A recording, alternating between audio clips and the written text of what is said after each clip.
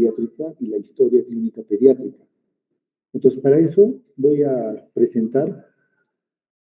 Me avisan, por favor, si se ve o no.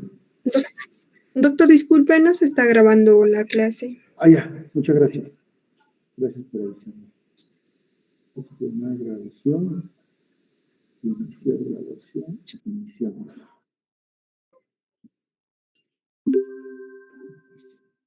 Ya, les decía que el día de hoy, la segunda clase, vamos a tocar el tema de semiología pediátrica e historia clínica pediátrica. ¿Ya? Son capítulos muy importantes, ya que de eso va a depender cómo vamos a estructurar nuestro plan de trabajo, cómo vamos a sacar nuestros diagnósticos sindrómicos, nuestros diagnósticos etiológicos, para poder dar un manejo adecuado. Entonces, voy a presentarles lo que es semiología pediátrica. Entonces, estamos en el curso de clínica pediátrica 2, ¿ya? Directo al grano. A ver, jóvenes, del mañana.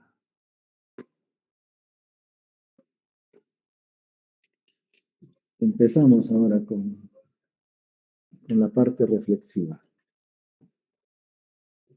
¿Qué observan en estas dos figuras?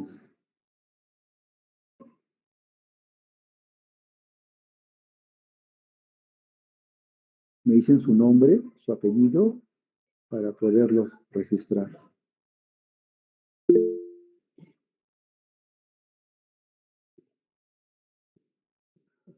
Yo no estoy viendo quién está levantando la mano, ¿eh? Por si acaso. Tienen que decir su nombre y su apellido. Ok, soy Milagros Cruz Trujillo, doctor. Muy bien, Milagros. Dime, ¿qué observas? Bueno, doctor, solo en una figura. Ok, en la primera imagen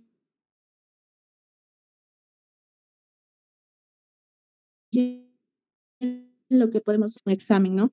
Al niño para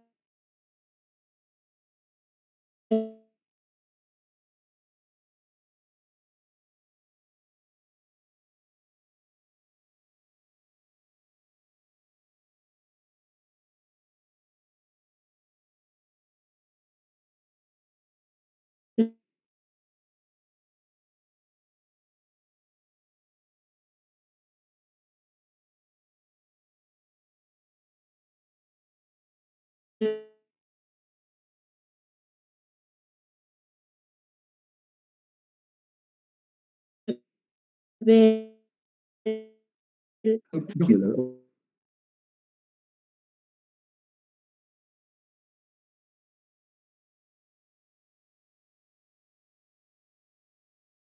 Johan Castillo, como vemos, y algo que creo que es muy importante a una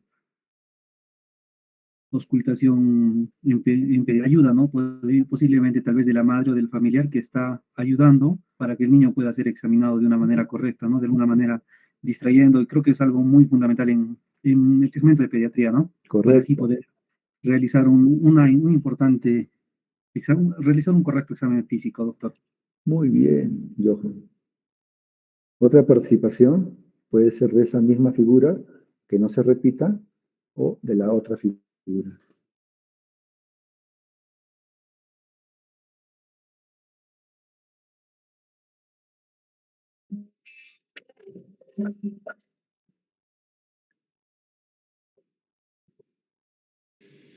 Doctor, Figueroa Quispe Lisbeth. Perdón, ¿no te escuché bien? Figueroa Quispe Lisbeth. Quispe Lisset. ¿Verdad? ¿Me escucha? Quispe Lisbeth. Sí. Bueno, podemos observar la presencia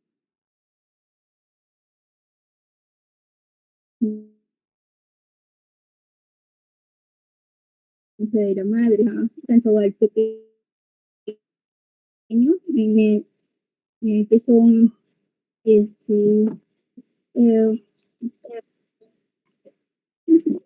bueno, en dos pacientes que son pediátricos, ¿no? también vamos a ver la parte del interés de los familiares, en este caso. Muy bien. A ver, Lisette, ¿verdad?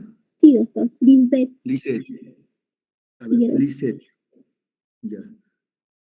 Lisette, quiero hacerte una pregunta.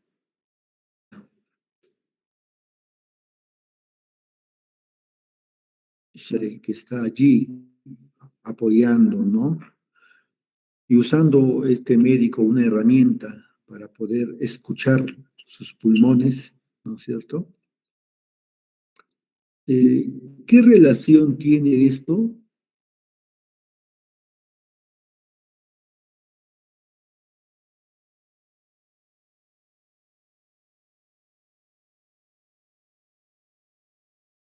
con la Porque semiología?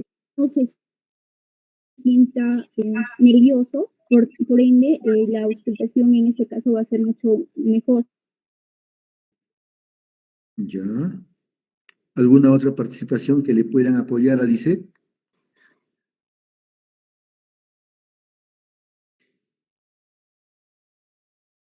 Doctor, yo tengo un comentario sobre la otra imagen. ¿Tu nombre y tu apellido? Pacheco Maricielo, ¿Ya? Dime, es un Maricel. ganglio, doctor, creo que es un ganglio linfático inflamado, posiblemente por algún proceso viral o infeccioso, quizás bacteriano. ¿Ya? ¿Y qué relación tiene con la semiología pediátrica? En la palpación, doctor, respecto a la En el palpación. examen, o sea, el examen físico, ¿verdad? Sí, Es el doctor. examen físico, ¿no? ¿Y qué característica ambas figuras hay en común? En ambas figuras están realizando un examen físico, doctor. Muy bien, Maricielo. Muy bien. El examen físico, ¿no? Entonces, jóvenes, la semiología pediátrica consiste en utilizar herramientas, ¿no?, de apoyo que usa el médico para evaluar, para realizar un examen físico, sea general o regional, y determinar, demostrar estos hallazgos y plasmarlo en un plan de trabajo para dar un manejo adecuado. Eso consiste en la semiología pediátrica. Bienvenido al curso de semiología pediátrica entonces. ¿Qué es semiología? Según Gois, en su libro El fin de la medicina, publicado en el año 2000, él hace referencia a la semiología como el arte que integra los 5 sentidos con los conocimientos teóricos y la experiencia recopilada en beneficio de las personas y la comunidad. O sea, te dicen que es un arte donde todos tus están en alerta, tus teóricos y tu experiencia juntada,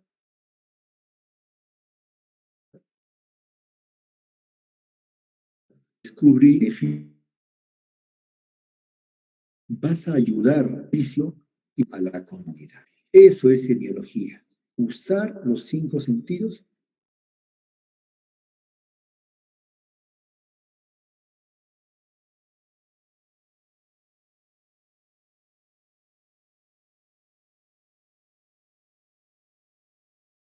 con los conocimientos. ¿Qué se tiene que hacer buenos semiológicos?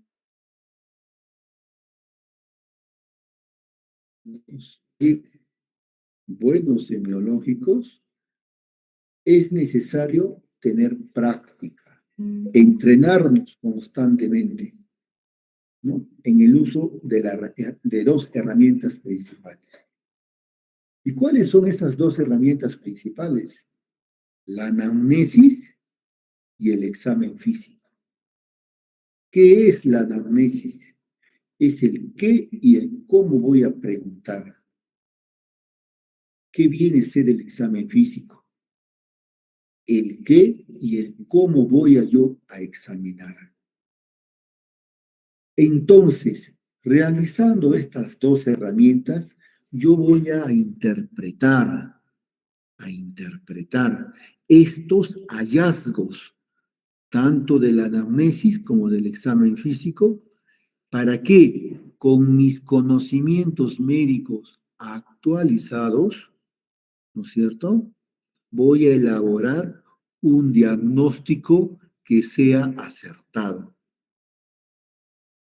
Teniendo un diagnóstico acertado, voy a hacer mi plan de trabajo y un buen manejo adecuado, sea general o sea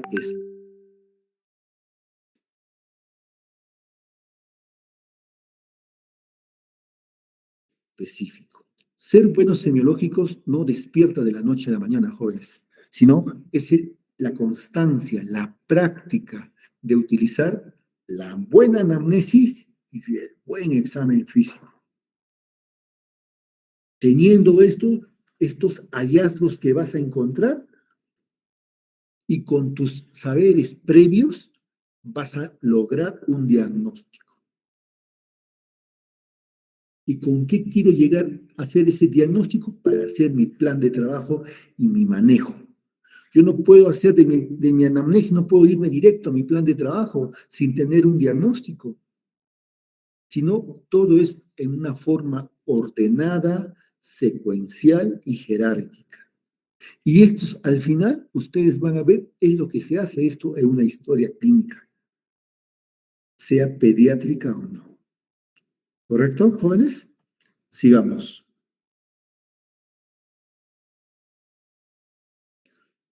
¿Un niño es un adulto pequeño? La respuesta es no. ¿Y por qué un niño no es un adulto pequeño? Porque el niño, por ser niño, está en una constante transformación de crecimiento, sea estructural o sea corporal. Este proceso de crecimiento y desarrollo va a hacer que el niño no sea un adulto pequeño. Y conocer las características propias de cada grupo etario dentro de lo que es la pediatría hace que exista numerosos hallazgos de cada edad, que éstas pueden ser normales o anormales. ¿Ya? Es decir, en un recién nacido, ¿no es cierto?, van a tener características propias que no puede existir en un preescolar, por ejemplo, o en un niño escolar, o en un niño adolescente, perdón, o en un adolescente. Cada uno de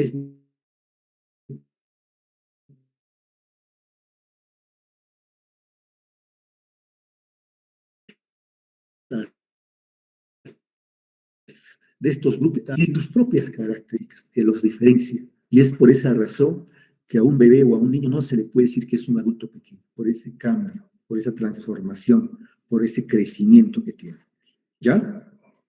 Entonces, si los hallazgos me dicen que pueden ser normales o anormales, la pregunta viene, ¿a qué llamamos normalidad?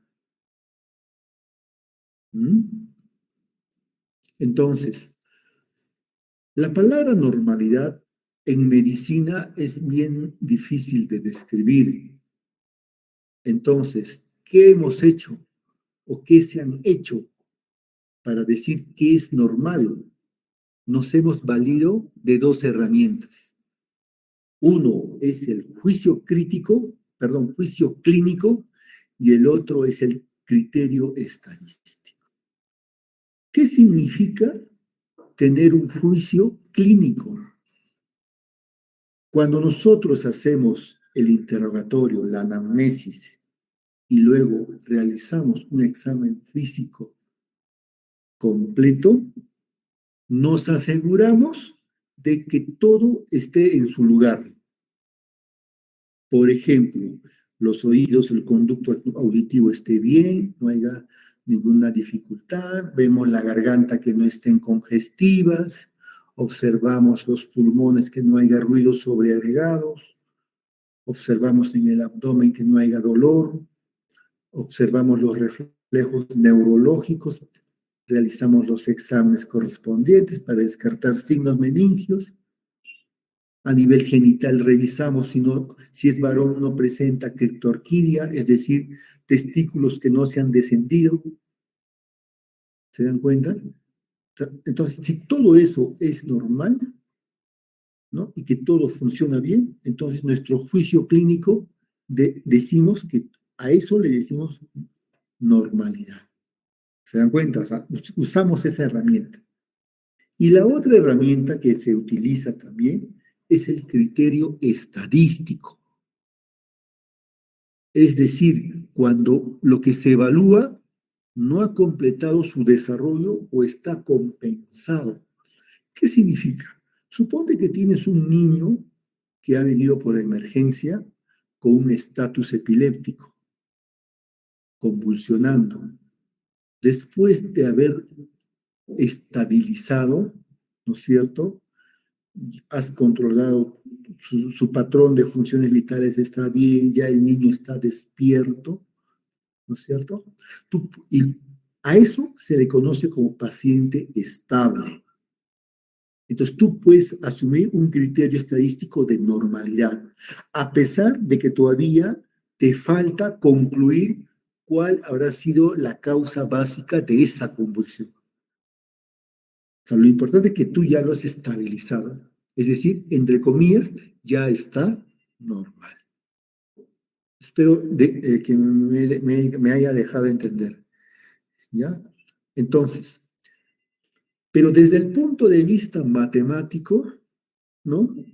Normalidad lo consideran como un criterio usando un estudio matemático conocido como la mediana, que tiene un rango de dispersión establecido, ¿no? Entonces, puede ser, por ejemplo, a ver, un ejemplo te pongo, el peso promedio, ¿no? De un niño de 1 año de edad es 9 kilos, 10 kilos, 11 kilos, 12 kilos. Entonces, de esos 4 datos, si tú sacas un promedio, una mediana, te va a salirte entre 11 kilos y medio aproximadamente. Pero sin embargo, existe un rango de dispersión que puede ser de 9 kilos hasta los 12, 13 kilos. ¿Te das cuenta? Si ese valor está dentro de ese rango, decimos que es normal porque está dentro de un criterio estadístico conocido como mediana. En algunos utilizan promedio, en algunos utilizan campana de Gauss, en algunos utilizan desviaciones estándar, en algunos utilizan percentiles, que tienen que haber un criterio de rango normal. ¿Ya? Sigamos. Entonces,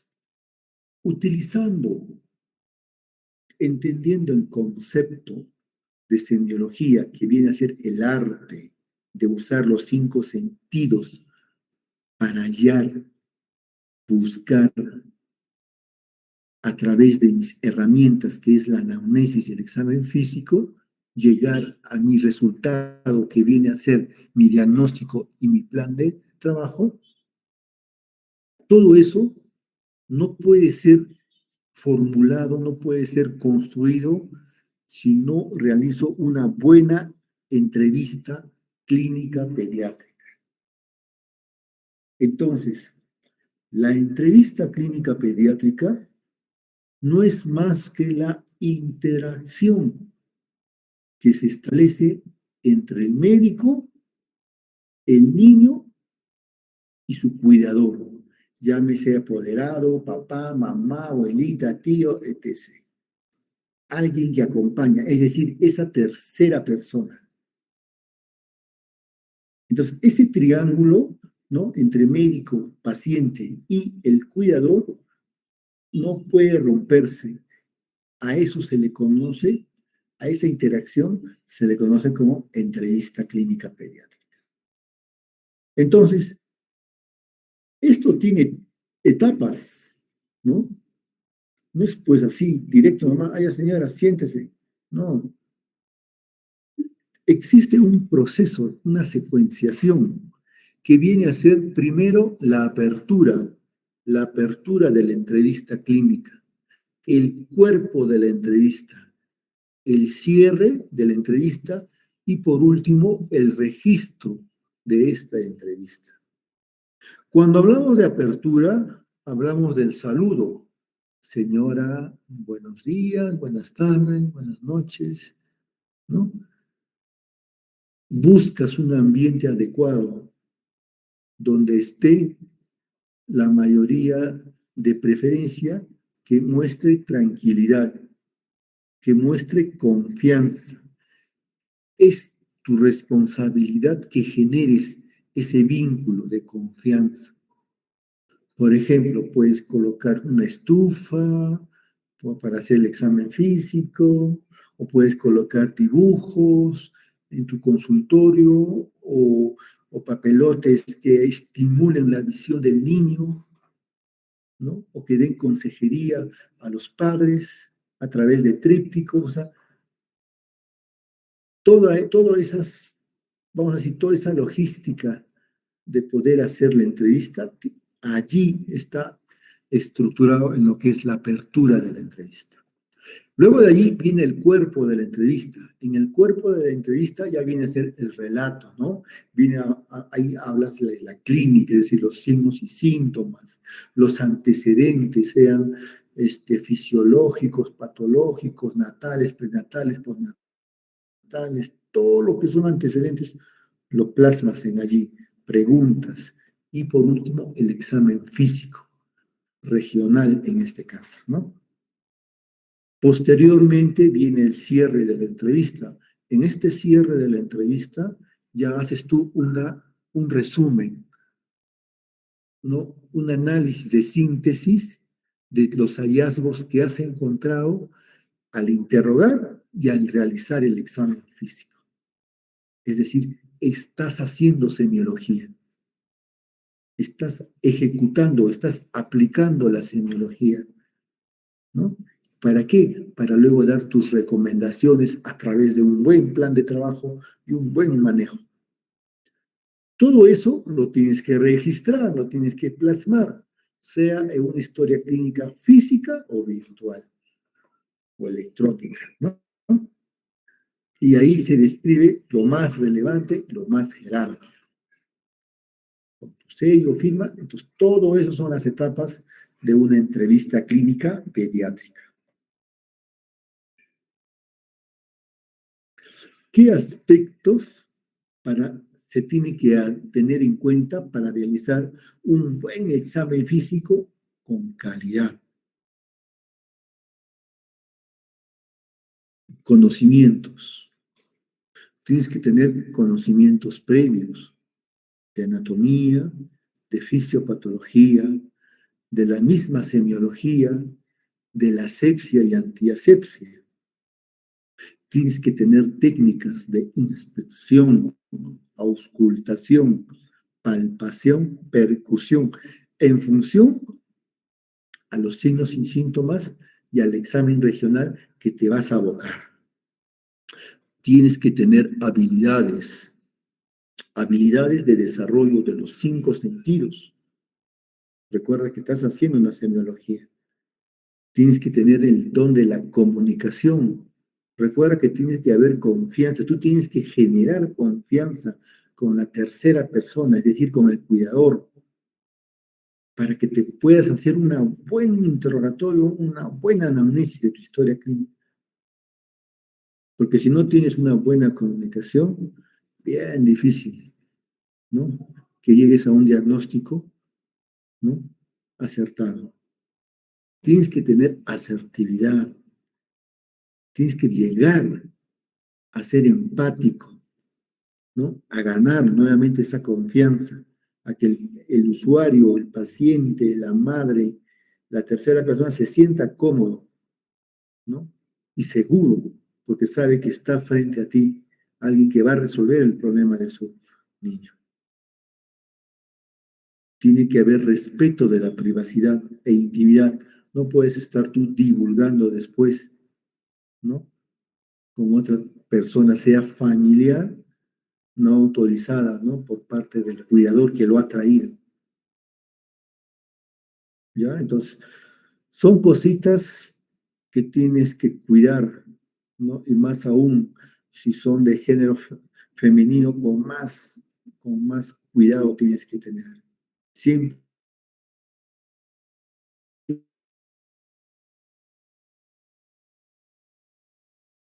tiene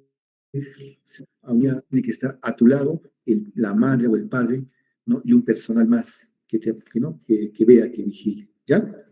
Muy bien. Entonces,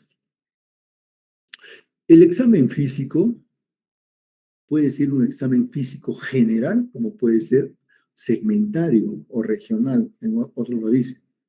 ¿Qué observamos en un examen físico general? Observamos el aspecto general, cómo viene ese niño, ¿no? ¿Cuál es la fase que presenta? ¿No? O sea, es la primera impresión que nos da cuando llega al consultorio. El estado de conciencia es importante, si está despierto o alerta, si está somnoliento, si está con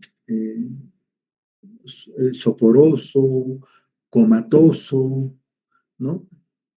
Todos los 5 estados de conciencia se tiene que describir y observar, y de acuerdo a eso, actuar. Porque en un estado de coma que no responde a estímulos, tú no puedes demorarte mucho, tienes que actuar inmediatamente.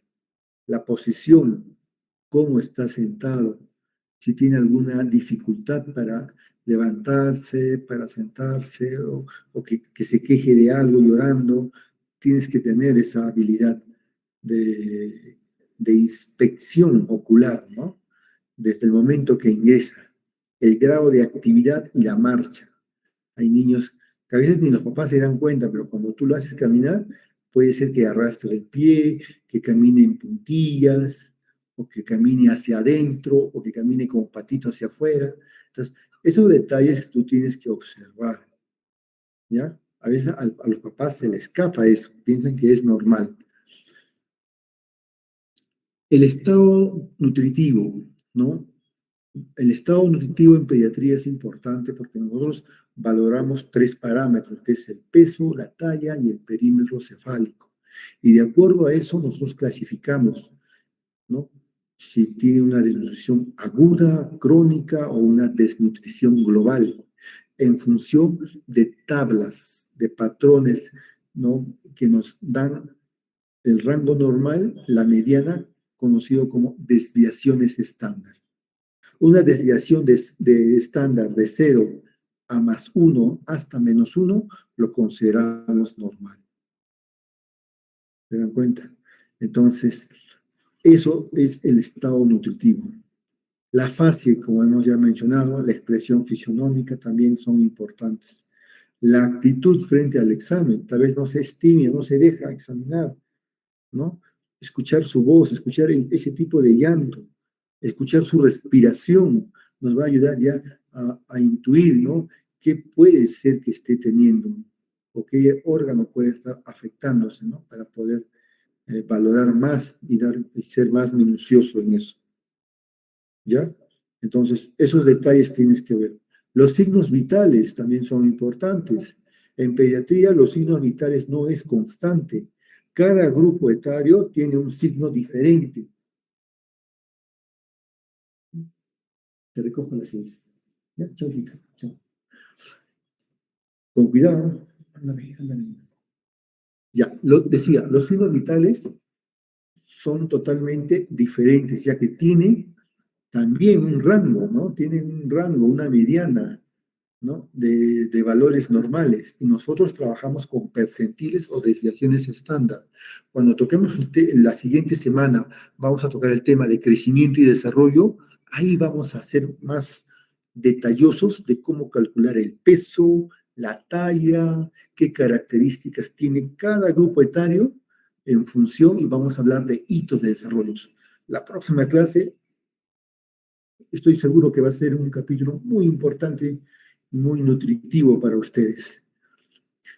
La piel, las faneras, la presencia de ganglios, como decía su compañera, ¿no? Observo. O sea, ya está utilizando una herramienta que es la inspección, después va a utilizar la palpación, después va a realizar el examen regional, ¿no? Después va a utilizar su diagnóstico sindrómico para poder hacer su plan de trabajo. ¿Se dan cuenta?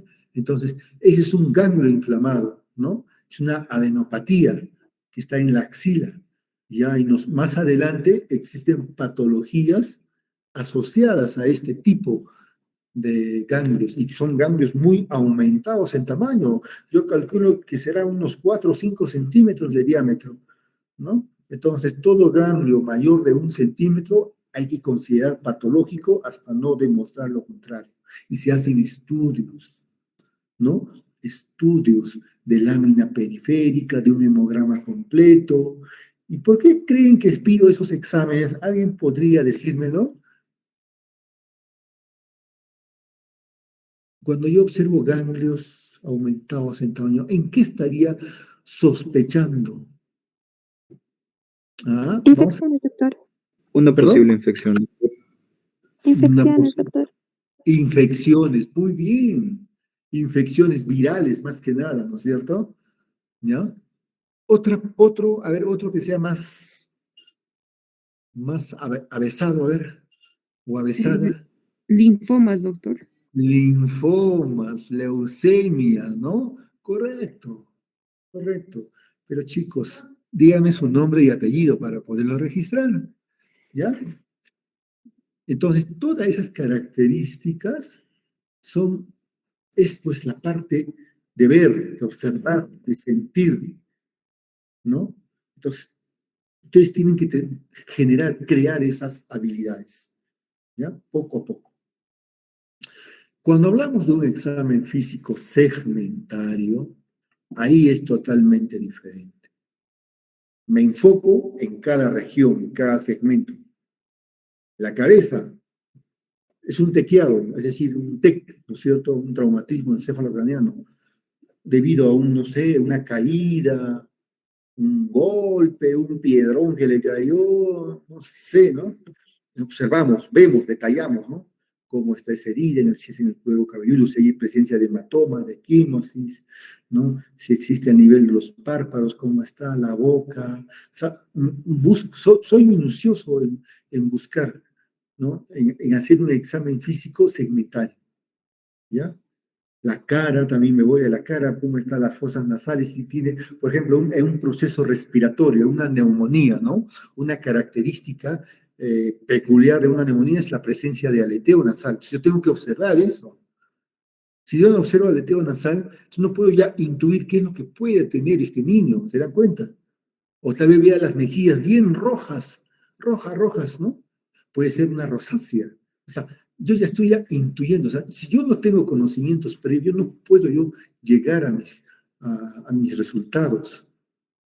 Entonces, la anamnesis, el examen físico, las características son importantes para yo llegar a mi tercer pilar, mi tercera grada, que es llegar a un acertado diagnóstico. Cuello, veo si tiene ganglios, si tiene cuello. ¿Qué tal es un paciente con síndrome de Down? Esos pacientitos tienen el cuello corto, ¿verdad? O con una niña con síndrome de Tanner, tienen un cuello alado, en forma de alas, ¿no? ¿O qué tal si es un niñito que tiene acá una masa, ¿no? A nivel antero superior externo, palpas. ¿No es cierto? Puede ser, no sé, una TB extrapulmonar. O sea, cada uno va a tener una característica peculiar. Si tú te vas al tórax, tórax, tengo que ver los movimientos, si son simétricos o si tiene una disociación tóraco-abdominal, ¿no es cierto? Recuerden que los bebitos respiran por la barriguita, ¿no? Se levanta la barriguita, ¿no? Entonces, ¿qué pasa si el bebito primero levanta el tórax y luego hunde la barriga? Algo está pasando. A eso se le conoce como disociación tóraco-abdominal. Ausculto, ¿no? Tengo que saber los ruidos, cuáles son normales y cuáles son anormales, para yo buscar esos famosos ruidos sobreagregados, sean sibilantes, sean subcrépitos, sean crepitantes. ¿Se dan cuenta? Eso es lo que yo tengo que observar. Abdomen, palpo, observo si hay ruido sidoaéreo. Primero palpo, ¿no? Si hay hepatomegalia o si hay dolor, si hay esplenomegalia. Luego ausculto, ¿no es cierto? Si hay ruidos sidoaéreos. ¿Se dan cuenta? Supone que estás con un abdomen quirúrgico.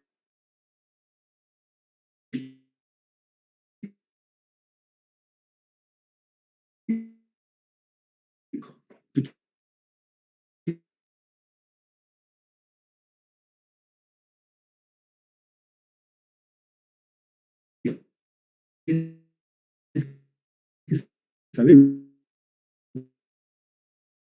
de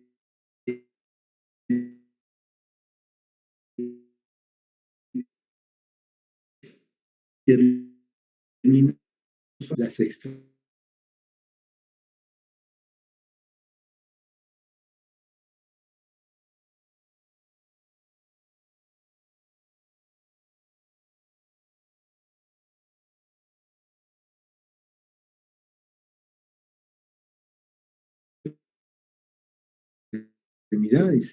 Ya.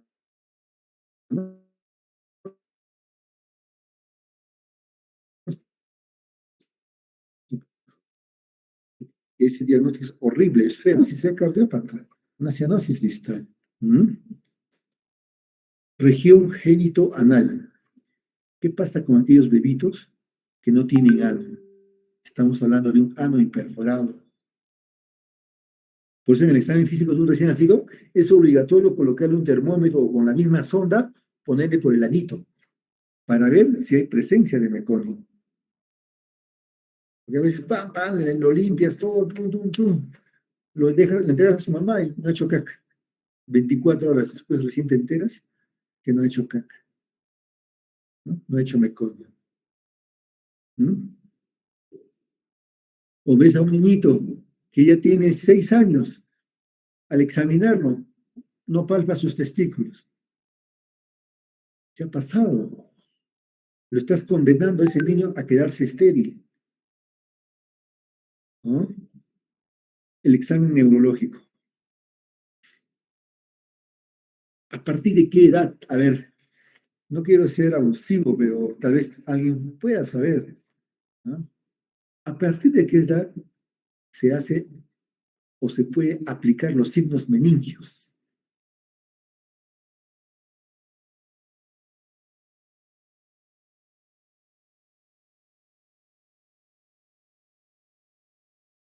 Ya. Muy bien. No les voy a decir, quiero que investiguen. ¿Ya?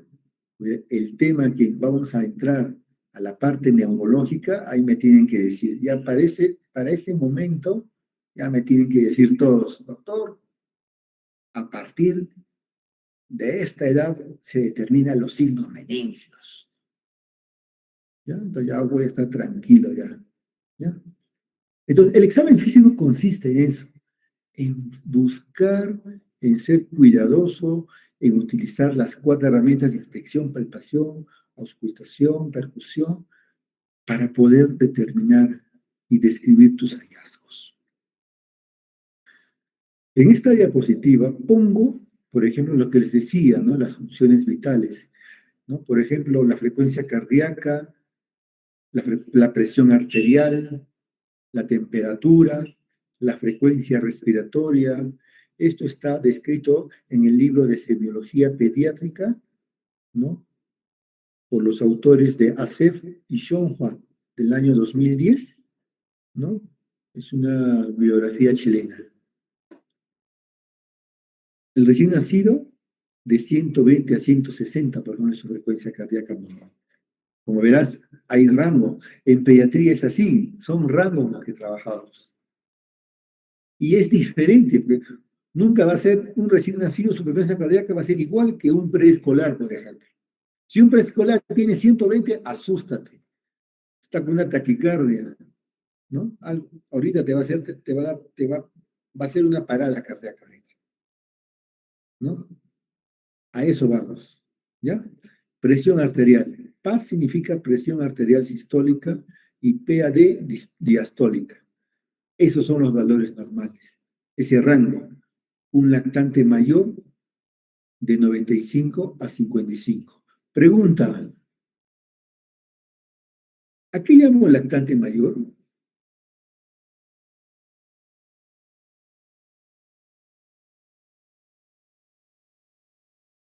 Ya, jóvenes, para la siguiente clase, para la tercera clase, voy a preguntar conceptos. ¿Qué edad es lactante menor? ¿A qué edad es mayor? Preescolar, escolar y adolescente. ¿Correcto? ¿Ya? Muy bien. Sigamos. Conociendo yo los exámenes, un examen físico, yo puedo determinar, descartar signos de alerta. Son situaciones en las que tus 5 sentidos tienen que estar al 100%. Me tengo que fijar si existe un trastorno de motilidad. Si el tono muscular está hipertónico o hipotónico. Una postura alterada, puede haber que exista una asimetría de movimientos o de las extremidades. Puede ser que tenga displasia de cadera, ¿no es cierto? En un tono muscular hipotónico puede ser que tenga un PCI, una parálisis cerebral infantil, ¿no es cierto? Movimientos involuntarios, puede ser que tenga Corea, Huntington, ¿no? Convulsiones simples, parciales, epilepsias. ¿Se dan cuenta? Llanto débil, o puede ser que tenga hipotiroidismo, ¿no? O esté deshidratado. Alteración de la vigilia, del sueño. Puede ser que tenga una cefalea, una neurocisticercosis, ¿no? Y la presencia de convulsiones. Jóvenes, hasta allí, ¿alguna pregunta?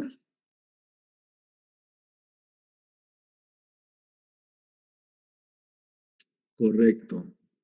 Eso quiere decir que me han atendido o totalmente están perdidos. Lean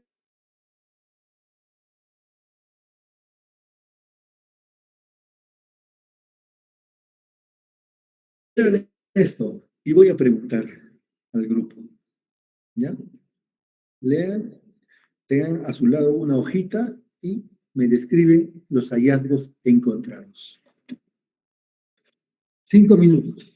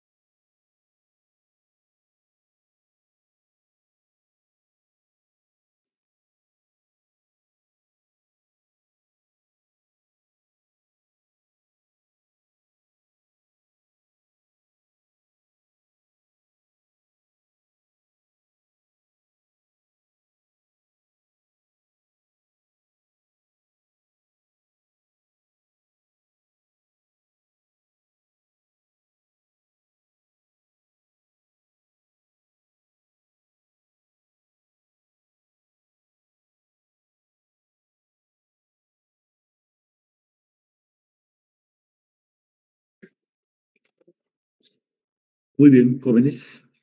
A ver, voy a leerlo. Examinas a Santiago, un niño de 6 años, es un escolar, quien consulta por odinofagia, dolor de garganta, significa eso, y fiebre. Al examen se encuentra consciente, decaído, febril a 38,9 grados centígrados, faringe enrojecida, amígdalas aumentadas de tamaño y con secreción purulenta.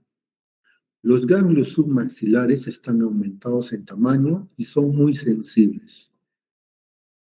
¿Qué hallazgos encontraría en el examen físico general?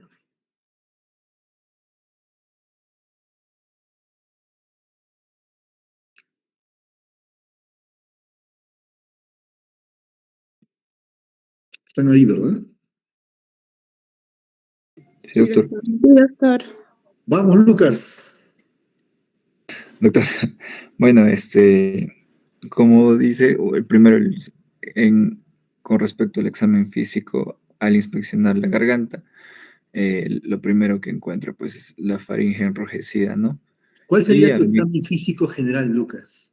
allá, general primero, a primera imagen, en la inspección el paciente se encuentra decaído primero, ¿no? Ya.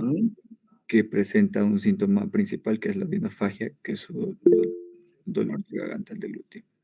Y la Ya. fiebre, ¿no? Esos tres que definen la imagen al ver al paciente primero. Ya. Hasta ahí nomás, Lucas. Muy bien. ¿Alguien que quiera participar o señalo con el dedo acusador? Yo, doctor. ¿Tu nombre? Milagros Cruz. Ah, ya, muy bien, Milagros. Tu segunda participación. Dime. Sí, doctor. Somos Justamente, parte del examen físico general. ajá, sí, doctor. Creo que primero debería considerarse, ¿no? Paciente de 6 años que justamente está en un estado consciente, se le aprecia decaído y también a la apreciación se le ve febril, ¿no? Y los síntomas que presenta son gotinofagia y la fiebre. Creo que eso sería más que todo en el examen físico general. Luego Correcto. ya vendría lo siguiente, que serían por Ya, segmentos, ¿no? ahí nomás. Ya, ahí Ya, nomás. doctor. Ahí nomás, Está bien. Milagros. Muy bien. Muy bien, Milagros. Tanto Lucas como Milagros, esas tres características engloban al examen físico general, que es el estado de conciencia, ¿no? La temperatura, ¿no? Y su aspecto, su fase de decaído, ¿no? La fase de su rostro debe estar pues con una situación, ¿no? De posiblemente quejumbroso, posiblemente ¿no? ¿Y cuál sería el examen físico segmentario? Participaciones. A ver, el que menos participa, ustedes se conocen, ¿no? ¿Quién, quién participa? ¿Quién es el más tímido? ¿No?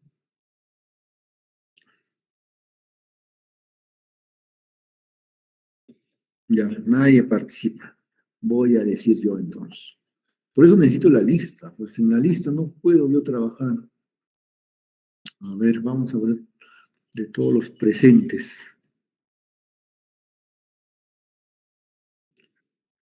Carlos Daniel Arenas.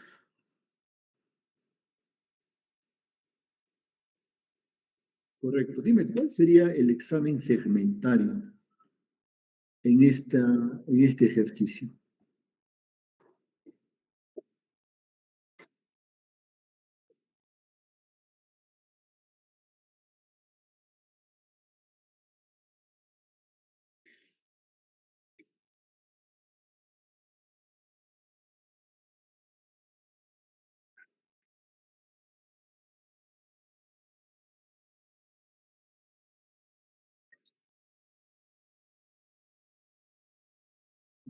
Perdón, Carlos, ya, vamos por partes. Entonces, en el examen de la boca observas características, ¿no? La primera es que la faringe está enrojecida. ¿Qué otra característica más?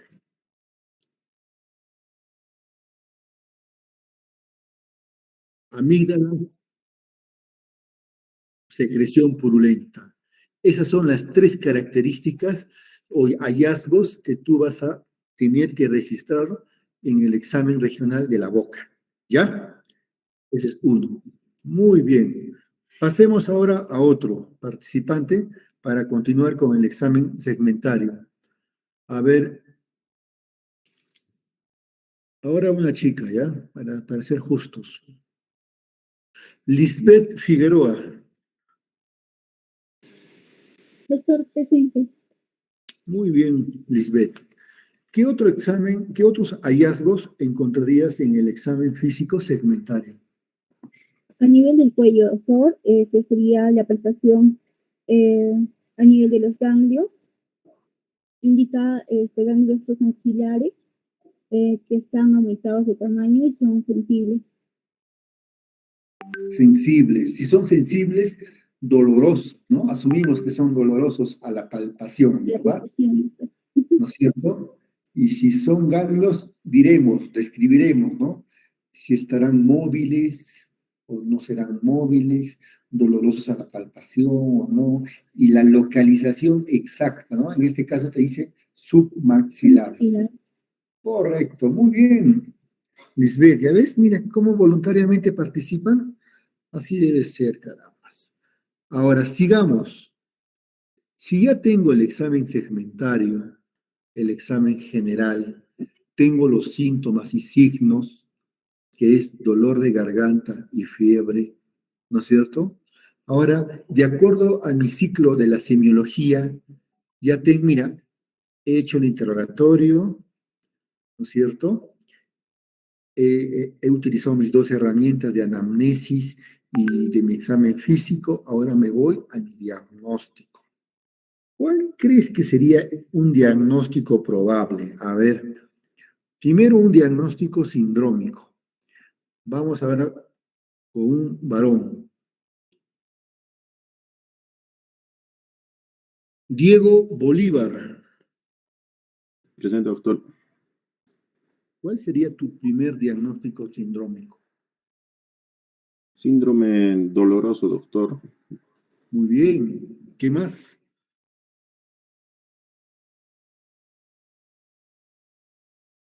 Infeccioso, doctor. Muy bien. ¿Qué más? Van dos.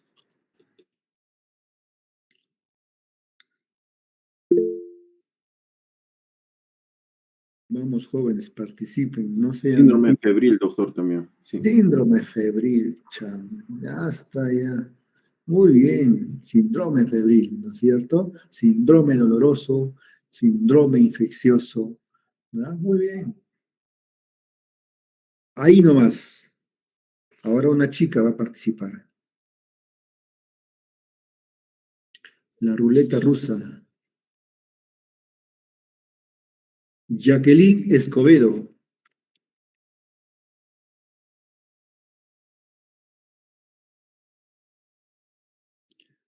Jacqueline.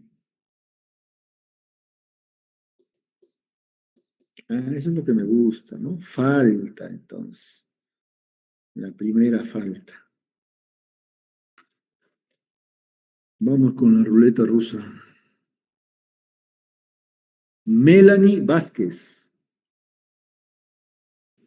Presente, doctor. Buenas tardes. Buenas tardes. ¿Cuál sería tu diagnóstico etiológico? Doctor, ¿podría ser una amigdalitis? ¿Cómo? ¿Una qué? Una, Amigdalitis. una amigdalitis, ¿no? Muy bien, claro. Sí, las aminas están aumentadas en tamaño. Una amigdalitis aguda, ¿verdad? ¿Y cuál sería tu plan de trabajo?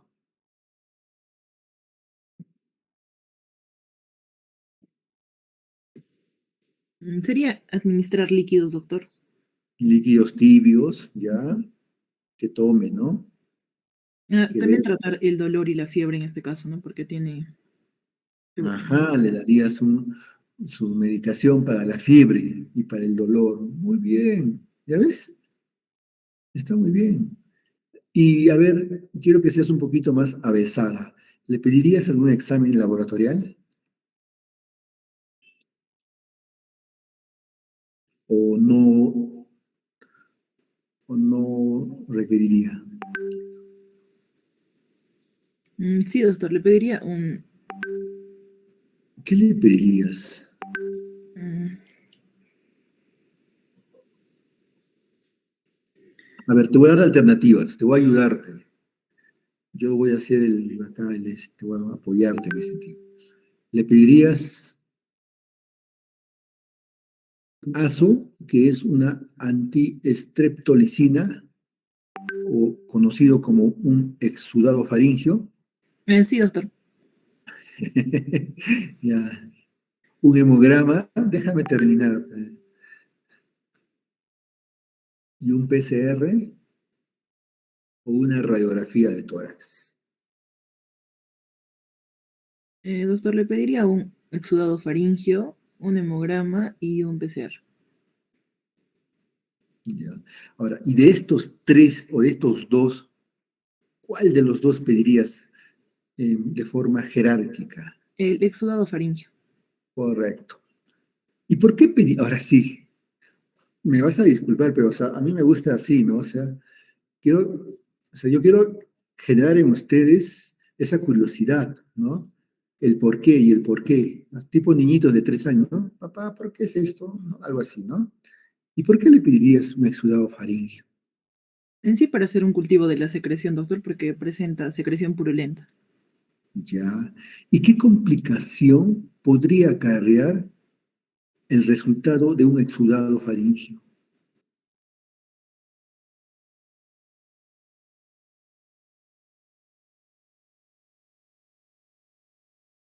¿Has escuchado tú de la fiebre reumática? Sí, doctor. Ajá, ¿no es cierto?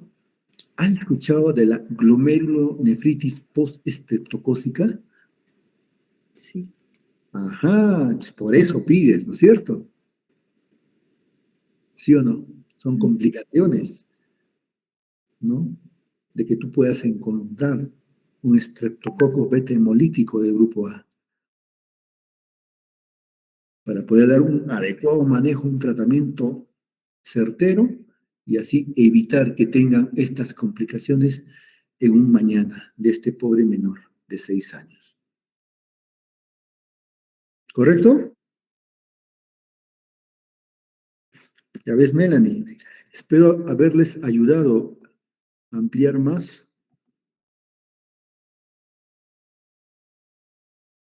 sus conocimientos. Muy bien. Hemos terminado la primera parte. Inmediatamente vamos a seguir la segunda parte. Ahora voy a hablarles de lo que es la historia clínica pediátrica.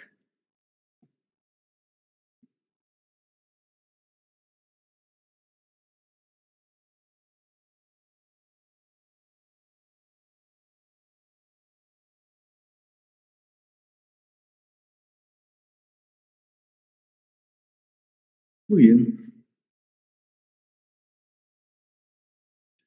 Voy a darles esta diapositiva, ¿no? ¿Por qué es importante la historia clínica pediátrica? Por 3 cosas, jóvenes. Porque es un documento médico, porque es un documento científico y porque es un documento legal. ¿Por qué es médico? Porque ahí todo lo que describimos, todos nuestros hallazgos, plasmamos allí. Es decir, hacemos la semiología desde el interrogatorio hasta el plan de trabajo. Inclusive colocamos las recomendaciones o las interconsultas que se puedan sugerir de acuerdo a la patología. Por eso es un documento médico. ¿Por qué es un documento científico? Porque al describir estos hallazgos, vamos a encontrar características peculiares que posiblemente sean raros. Y de no ser así, nos va a obligar a leer, a buscar guías prácticas clínicas o protocolos actualizados frente al manejo de este paciente. Por ejemplo, retrocedamos al año 2020, septiembre o agosto de 2020, época de COVID, ¿no? Había varias guías prácticas libres. El tratamiento, recuerdan ustedes, era ¿cómo se llama? La ivermectina, la hidroxicloroquina. ¿Se acuerdan o no? ¿Ah? Sí, doctor. Claro, ¿no es cierto? Entonces, posteriormente, ya hemos descubierto que no eran eso el tratamiento, ¿no? El tratamiento consistía en un soporte de las complicaciones que me podría generar este COVID, que eran las neumonías complicadas, ¿no? Que me podían traer un Kawasaki, ¿no es cierto? O un PIMS, que eran las complicaciones más graves de este COVID en niños, ¿no? ¿Y por qué es un documento legal? Porque a veces, ¿no? Empleamos esto, ¿no? Para defendernos, ¿no? Porque puede pasar alguna cosa, ¿no?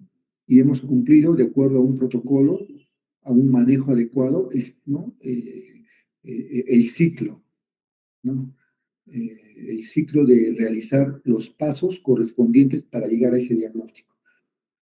Pues es un documento legal para defensa nuestro, como también puede ser un documento legal cuando puede haber negligencias, porque se ha obviado. ¿Y por qué no le has realizado este examen? ¿Y por qué no le has iniciado si la guía te dice que tienes que iniciar vasopresores, por ejemplo? O sea, para eso nos ayuda bastante. ¿Ya? Existen varios tipos de historia clínica. Hay una historia clínica general, donde consta de un orden cronológico, donde se desarrolla la enfermedad y la evolución del paciente. Existe una historia clínica de emergencia, donde resaltamos solamente las partes más puntuales, más relevantes. Existe una historia clínica de especialidad, porque una historia clínica, por ejemplo, cardiológica es diferente a una historia clínica de rehabilitación, por ejemplo, ¿no? O de ginecología, por ejemplo, o de oftalmología, son especialidades donde sus historias clínicas tienen que ser más enfocados al órgano o al sistema de la especialidad, ¿ya? Los tipos de diagnóstico. Existe un diagnóstico precoz, un diagnóstico sindrómico. Este diagnóstico sindrómico es el que establece la existencia de conjuntos de signos y síntomas concretos, sin poder precisar la etiología. Por ejemplo, como dijo su compañero, un síndrome infeccioso, un síndrome doloroso, un síndrome febril. Diagnóstico diferencial son aquellas enfermedades que pueden ocasionar un síndrome, ¿no es cierto? Y se utiliza durante el diagnóstico. Nos ayuda bastante a descartar para poder llegar y acertar al diagnóstico final. El diagnóstico etiológico lo determina la causa de la enfermedad. Por ejemplo, el neumococo, causante de la neumonía, ¿no? El estreptococo beta hemolítico del grupo A, o estreptococo conocido como estreptococo piógenes, causante de una glomerulonefritis postestreptocócica o de la fiebre reumática. ¿Te das cuenta? Entonces, esos son diagnósticos, ¿no?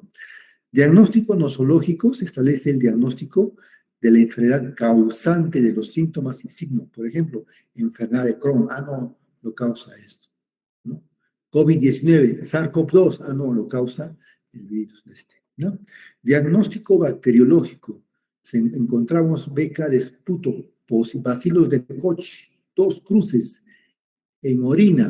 No, es un TB renal o TB urinario, ¿no? Una tuberculosis así, ¿no? Diagnóstico radiológico. Carambas, te sale el antígeno negativo para SARS-CoV-2, te sale la prueba molecular negativo, carambas. Pero le pides una tomografía y ves imágenes en vidrio esmerilado. Entonces, por radiología, por imágenes, has llegado a un diagnóstico de una neumonía por COVID-19. ¿Te das cuenta? Diagnóstico patológico usando biopsias, ¿no? Un sarcoma, un linfoma, etcétera, etcétera, ¿no? Hablemos. ¿Cuál es la diferencia entre una historia clínica pediátrica y una historia clínica de adulto? Lo que pasa es que en la historia clínica pediátrica, el relato se hace siempre con tercera persona. Es decir, madre refiere, ¿cierto? No vas a poner paciente refiere, ¿no? Si el niño apenas puede hablar. Y además, por más que ya hable, el niño no puede venir solo pues, a la entrevista, ¿no? Por eso se dice en tercera persona. Es decir, el cuidador. En una historia clínica pediátrica es importante los antecedentes perinatales. Y estos antecedentes perinatales se dividen en antecedentes prenatales, en antecedentes natales y en antecedentes postnatales. En los antecedentes prenatales damos importancia, por ejemplo, al número de control de una gestante. Si tuvo enfermedades la gestante. La edad materna. ¿Se dan cuenta? El grupo sanguíneo. En un antecedente natal damos importancia al peso de su nacimiento, si estuvo hospitalizado o no, si el grupo sanguíneo. Y en antecedentes postnatales damos importancia a su calendario de vacunas, a su desarrollo, de crecimiento y desarrollo, a la presencia normal de los hitos de desarrollo de acuerdo al grupo de edad que le corresponde. ¿Ya? Lo que no hay en una historia clínica de adulto, ¿no? No colocamos eso. ¿Por qué se diferencia también una historia pediátrica? Porque incluimos el desarrollo psicomotor, ¿no? Lo que decía, ¿no? La sonrisa social, a qué edad está, o a qué edad comienza a caminar, o a gatear, a construir cubos, a dibujar triángulos, eso es, ¿no? El desarrollo psicomotor. Incluye la alimentación, porque es importante si ese niño recibió lactancia materna o lactancia mixta. Si es alérgico o es intolerante a la lactosa. Eso es lo que no hay en una historia de adultos. Y también porque se coloca la edad según grupo etario. Y eso es lo que para la siguiente clase ustedes van a descubrir. Van a buscar lactante menor, ¿a qué se llama? Lactante mayor, ¿a qué se llama? Preescolar, ¿qué grupo de edad corresponde? Etcétera, etcétera. Veamos una historia clínica de adultos en mi hospital. ¿Ya? Pero más o menos es así, ¿no? En todos los hospitales, ¿no? Más parecido es así. Por ejemplo, colocamos, ¿no? La anamnesis, ya les hemos dicho, ¿no? Es el interrogatorio. Y la historia clínica se divide en filiación, ¿no es cierto? Y dentro de ello, en la anamnesis, colocamos si es directa o si es indirecta. Es directa porque el mismo paciente te dice, recuerda que estamos hablando de una historia clínica de adulto, ¿no es cierto? Y acá colocan todas las características, de dónde viene, fecha de nacimiento, DNI, nombre, ingreso, edad, millón, idioma, tal, ocupación, instrucción, vía de ingreso. Ingresó al hospital, ¿qué día? Ingresó al servicio, quién elaboró la historia clínica, cuándo elaboró y su teléfono, ¿no? Luego pasamos a la enfermedad actual, los signos y síntomas y el relato. Y si ustedes se dan cuenta, paciente acude, ¿no? O sea, él mismo te está contando, ¿no? Acude, te dice, ¿ya? En cambio, igual, si seguimos con historia de adultos, está, por ejemplo, las funciones biológicas, ¿no? Acá los hábitos nocivos es importante, los antecedentes patológicos, los antecedentes familiares, pero acá no menciona pues, antecedentes natales, prenatales, postnatales, crecimiento y desarrollo, alimentación, no, eso no lo colocan en una historia de adultos, ¿no?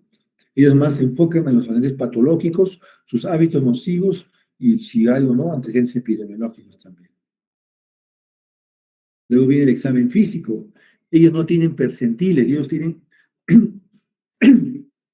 los valores de las funciones vitales son 1 más 1 es 2, ¿no? Son concretos, ¿no? No es como en pediatría, que hay rangos de valores. Luego se va al aspecto general, al examen físico segmentario, ¿no es cierto? Para poder llegar a un diagnóstico. Ellos no trabajan con diagnósticos sindrómicos. Ellos no tienen un plan de trabajo, ¿ya? Y si lo tienen, es diferente, ¿ya? Ahora veamos una historia clínica pediátrica.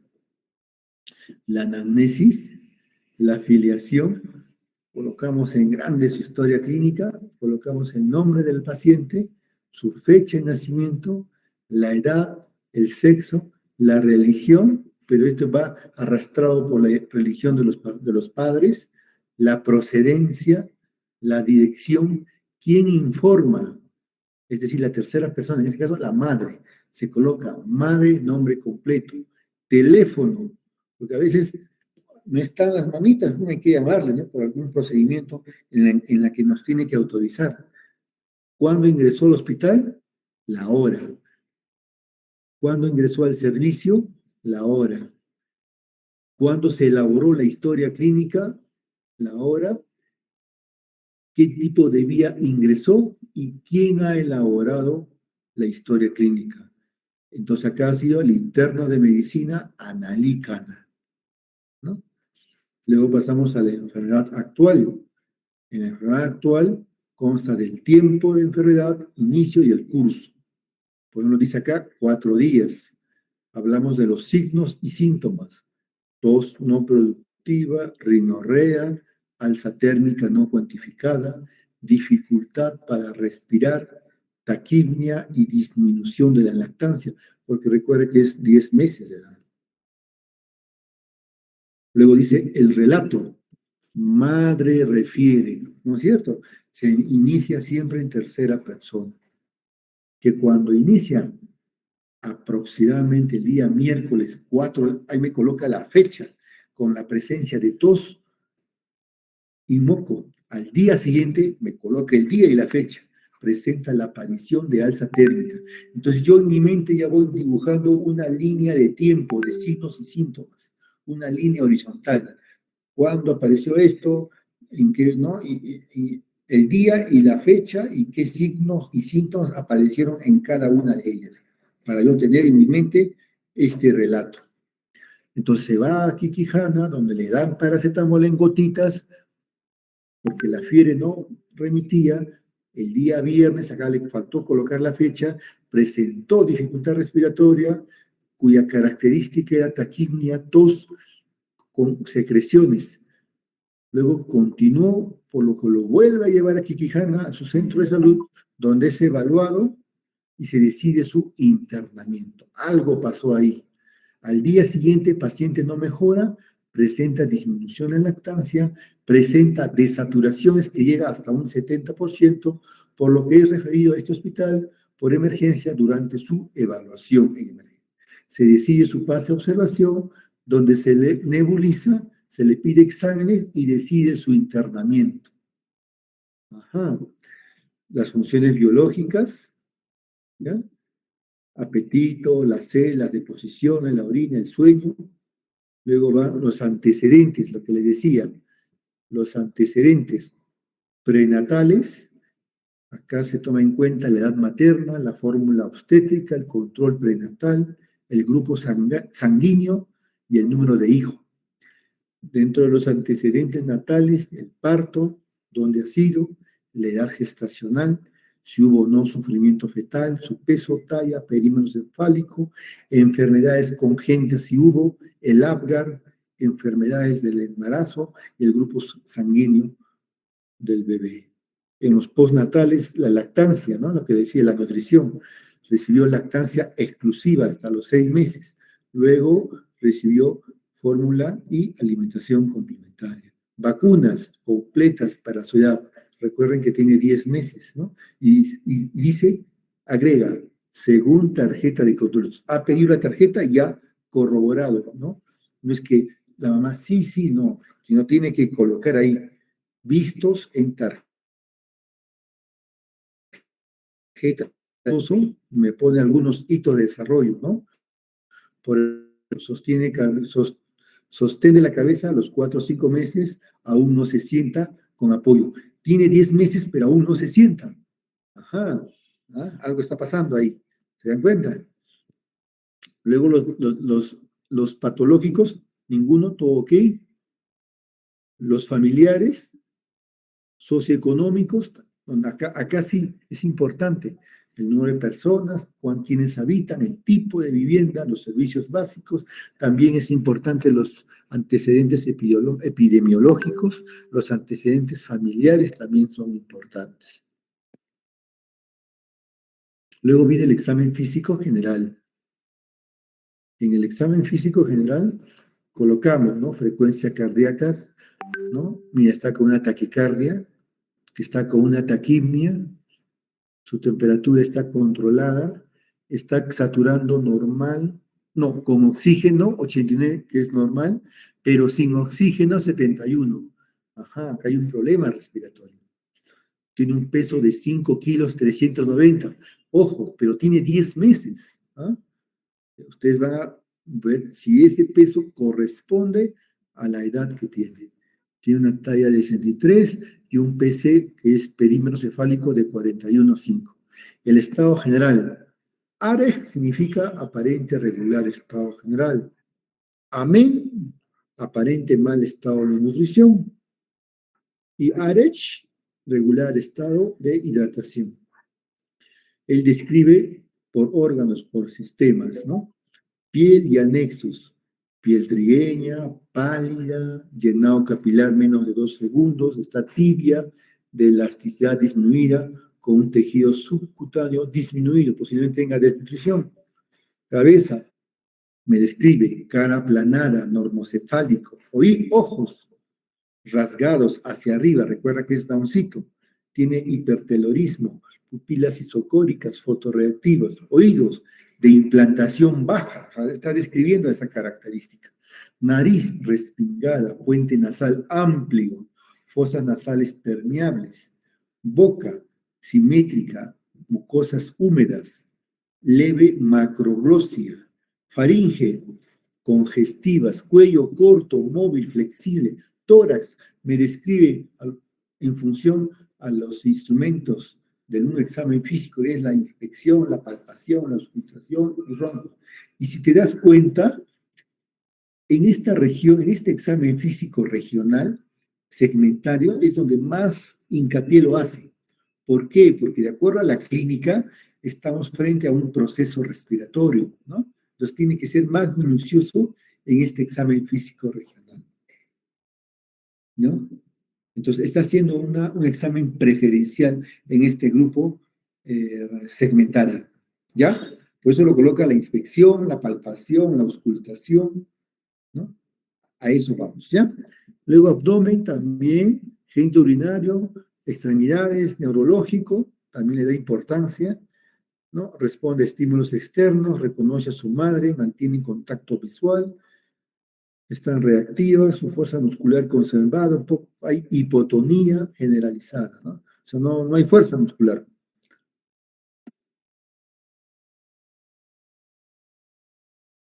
Luego vienen los diagnósticos, el diagnóstico sindrómico. Entonces, como es un proceso respiratorio, acá el interno me coloca síndrome de dificultad respiratoria. Luego me pone un síndrome de condensación pulmonar. O sea, este síndrome seguramente lo ha puesto porque le ha pedido una plaquita y ha visto, seguro, imágenes radiopacas, ¿no? En algún segmento del tórax. Y síndrome de Down. El diagnóstico patológico, él me coloca, una neumonía adquirida en la comunidad y trisomía de par 21. Y el diagnóstico nutricional me coloca peso, talla, edad. En función a eso, él va colocando talla, edad, DS es desviación estándar, por debajo del percentil 10 me pone en riesgo. Peso, edad, por debajo del percentil 10 me pone también en riesgo. IMC 13.58. Perímetro cefálico sobre su edad me pone percentil 50, que es normal. Entonces, por ejemplo, acá vamos, cuando hablamos de nutrición y de diagnóstico nutricional, ahí vamos a trabajar con desviaciones estándar y percentiles, pero así, concretos, ¿no? No nada de que menor, nada, no, ¿ya? Y vamos a elegir otros parámetros, ¿no? No estos parámetros de diagnóstico nutricional. Entonces, jóvenes, ¿hasta aquí alguna pregunta?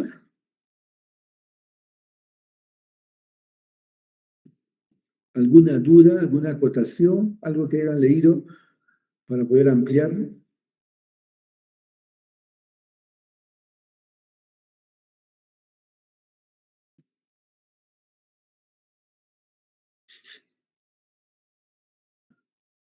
Están ahí, ¿verdad?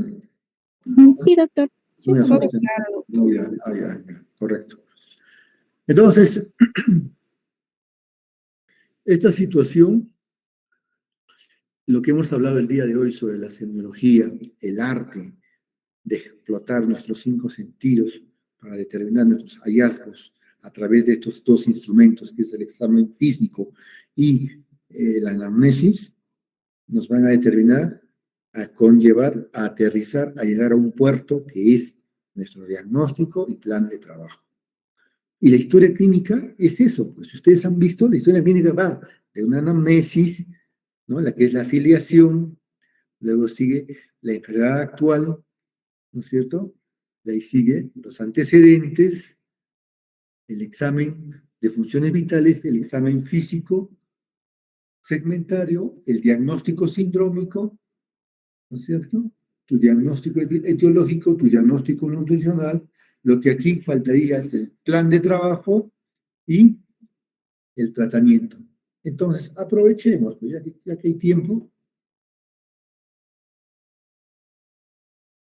Yo creí que estaba con la hora, pero no, veo que no. Me quedan todavía 10 minutos. Entonces, jóvenes, ¿cuál sería el plan de trabajo?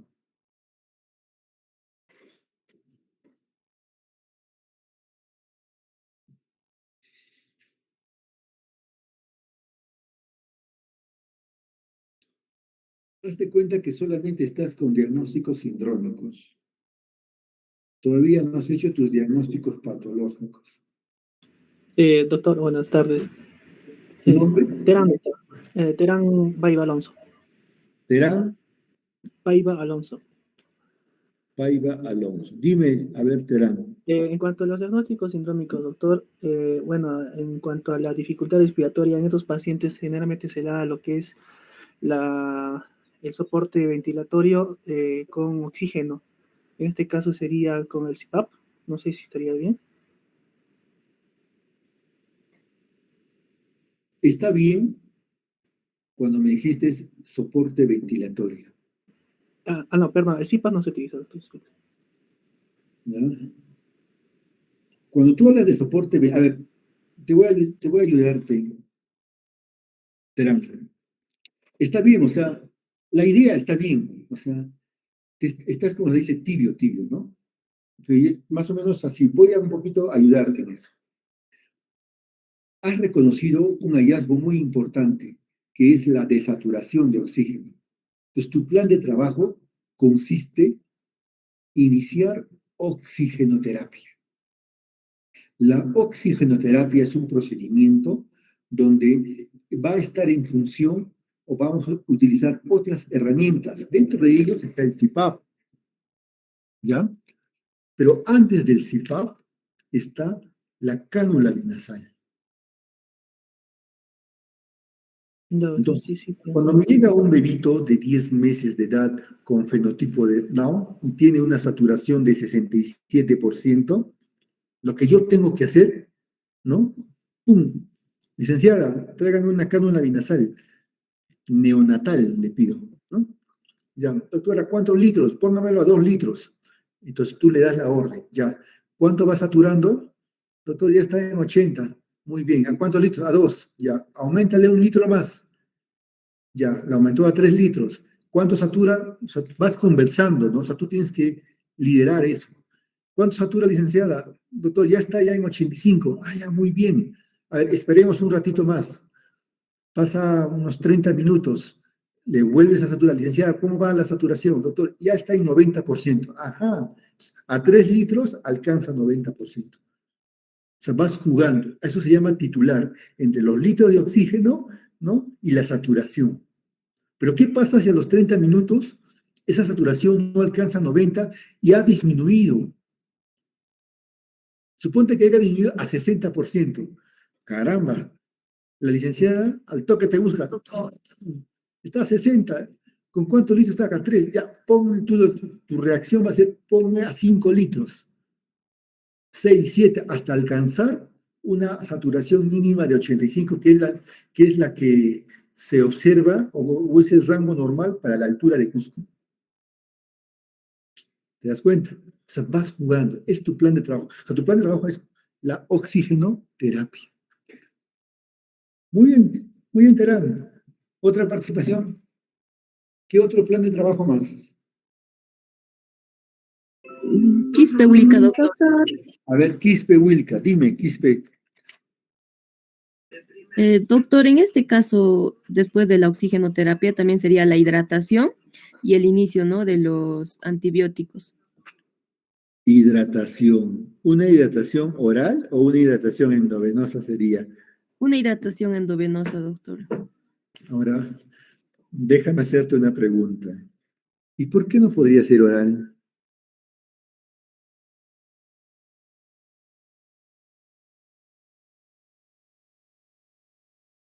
Cuando yo uso una una hidratación oral versus una hidratación endovenosa.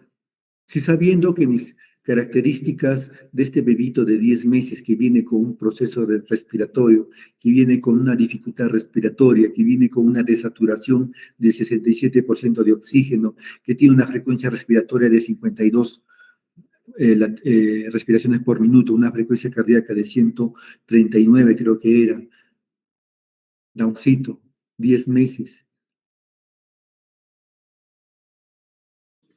Doctor, Está bien, lo que me dices está bien, o sea, yo inicio hidratación endovenosa, ¿ya? Pero, ¿por qué? ¿Por qué no una oral? En este caso, como usted lo mencionó, vamos a ver los factores de riesgo para que podamos dar, ¿no?, una hidratación oral y endovenosa. Si, bueno, el caso fuera darle oral, sería un niño que esté, digamos, consciente, que no tenga, por ejemplo, un síndrome de Down, que no esté taquicárdico, taquipneico, para Ahí que... está, esa es la clave. Esa es la clave, Quispe. Esa es la clave. Que esté consciente, que no esté taquipneico. Porque si ese bebito está taquipneico, se me va a broncoaspirar al darle una hidratación oral. Esa es la razón. ¿Te das cuenta? Y para todos, ¿ya? Es por eso que ustedes, para la próxima clase, me tienen que venir una segunda pregunta. ¿Cuáles son los rangos de la frecuencia respiratoria según IEPI? Todos anoten eso. De acuerdo al grupo etario en pediatría, ¿cuáles son la frecuencia respiratoria según IEPI? IEPI es atención integral prevalente de la infancia. Y la primera tarea, esa es la segunda, la primera tarea es saber cuáles son las edades correspondientes a los grupos etarios. Voy a preguntar al azar.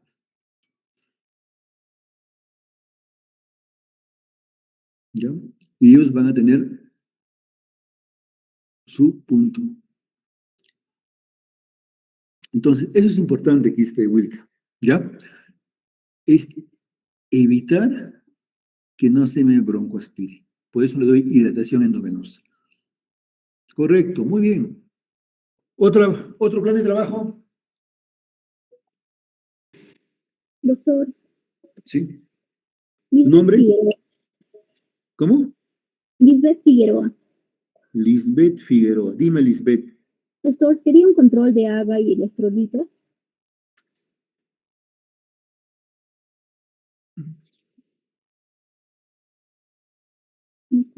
¿Sí? Sí. Doctor, un control de agua y electrolitos. Uh-huh. ¿Por qué, Lisbeth, pedirías un AGA y electrolitos? Haga electrolitos, doctor, y también en relación a la parte de laboratorio, radiografía. Imágenes, ¿verdad? Imagen, exacto. Ya. Mi pregunta es así, ¿y por qué pedirías un AGA y electrolitos? Está bien, está bien. Yo pido un AGA y electrolitos. Pero ¿por qué? Ahora mi pregunta va ahí, ¿por qué?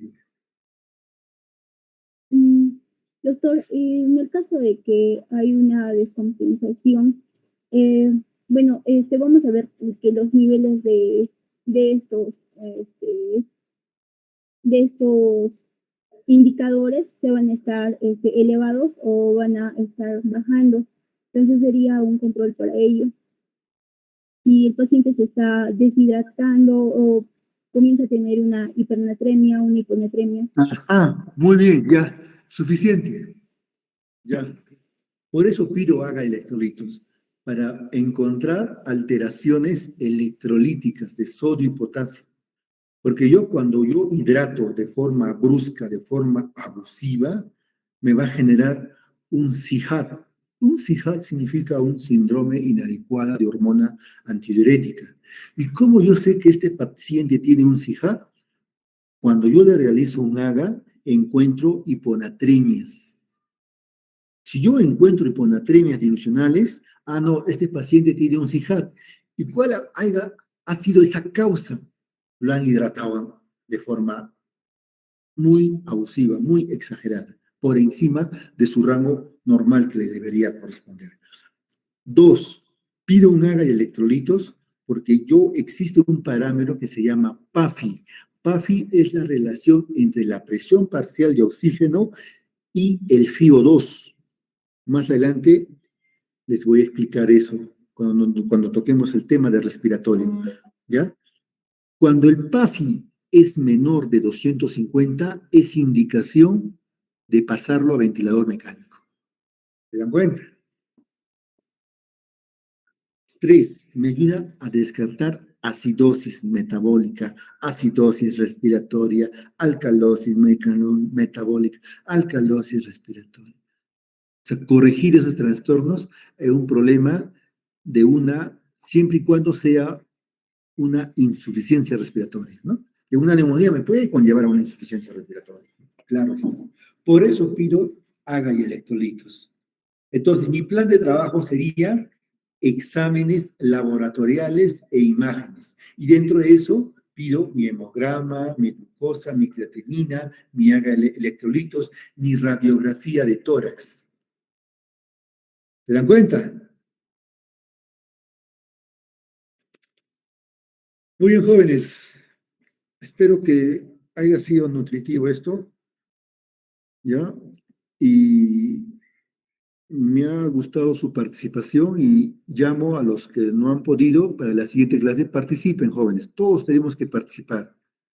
Acá todos participamos. Recuerden, es un aprendizaje colaborativo, ¿ya? Y tienen que venir con saberes previos. Ya tienen 2 tareas para la próxima. Voy a colocar un foro y ahí me van a responder en ese foro. Mejor, ¿ya? Nos vemos hasta la siguiente semana. Y por favor, Mariluz, perdón, me vas ni bien tienes la lista, me das, porque ya quiero armar grupos de teoría. Sí, doctor, está bien. Muy bien, jóvenes. Se agradece. Muchas gracias, doctor. Buenas tardes. Gracias, doctor. Semana. Gracias, doctor. Gracias, doctor.